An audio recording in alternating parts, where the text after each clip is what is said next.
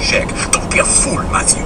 Are you suggesting it should be left to the bungling of hot blood, a thing like this, affecting the lives of us all?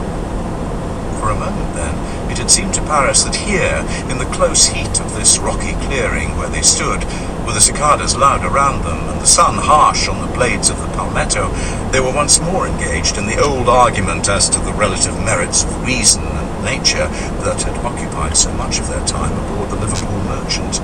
But now the positions were reversed. It was Del Blanc now who was the enemy of impulse.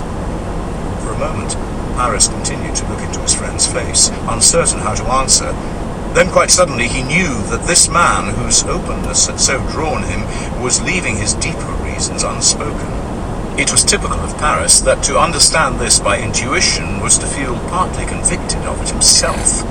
He was going to speak, but Del Blanc, as if sensing himself discovered, drew closer and muttered, too low for anyone else's ears, "We must kill them, don't you see?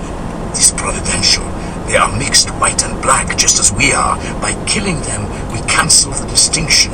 It is the only way, it is the only thing that will keep us together." That had been the knowledge shared by these two, never afterwards referred to by either. But it was Tiamoku who settled things. He came from a society where the respect of women was important, and the scorn of the Fulani woman had affected him more than his impassive demeanor had indicated. With an abrupt swing of mood, he now stepped forward and declared himself willing to kill these slave-takers alone, and unaided if need be. Others followed suit. In the end, all the men took part in the pursuit, divided into two groups, one keeping close to the line of the shore, the other, guided by Hughes, striking further inland. But for the sake of silence and surprise, only 6 made the final approach, 3 white and 3 black, and they were drawn by lot once it was known where the slave-takers had camped. "Who them 6? All the children knew the names. Pari, Kavna, Barba, Kireku, Kadu, Zobi. It was a roll of heroes. They followed them slave-taker. Now it get dark.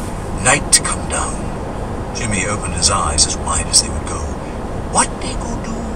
Them slave-taker afraid in the night time. They afraid crocodile, for example. What else? In a half mile, use any lane to take the US 287 ramp. They afraid of? They afraid snake? They afraid leopard?"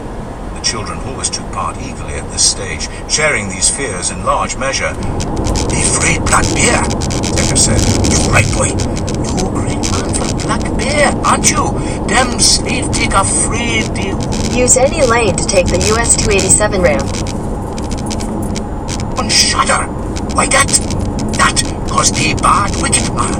They savvy tricks. Continue on I-40 west for 13 miles.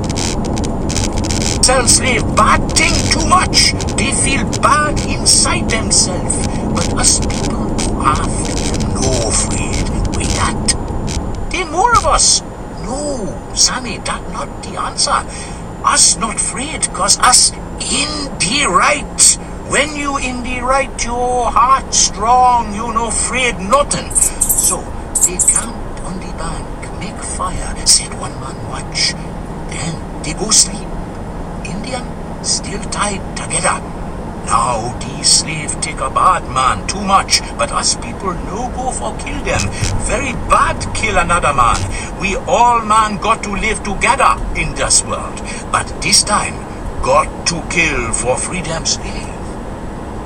Sitting outside the small hut adjoining his sick room that he used when not with Tabakali, Paris thought about those distant killings again now.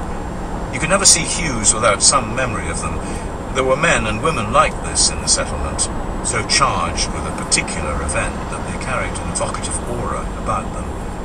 It had been about this time when they set off in pursuit, evening, the sky draining slowly to an opalescent milky blue. With the approach of darkness, they heard the cry of frogs, some solitary voices at first, then the great glimmering expanse of flooded sawgrass had resounded with them, a loud, unbroken, pulsing chorus, strangely like sustained lamentation to Paris's ears.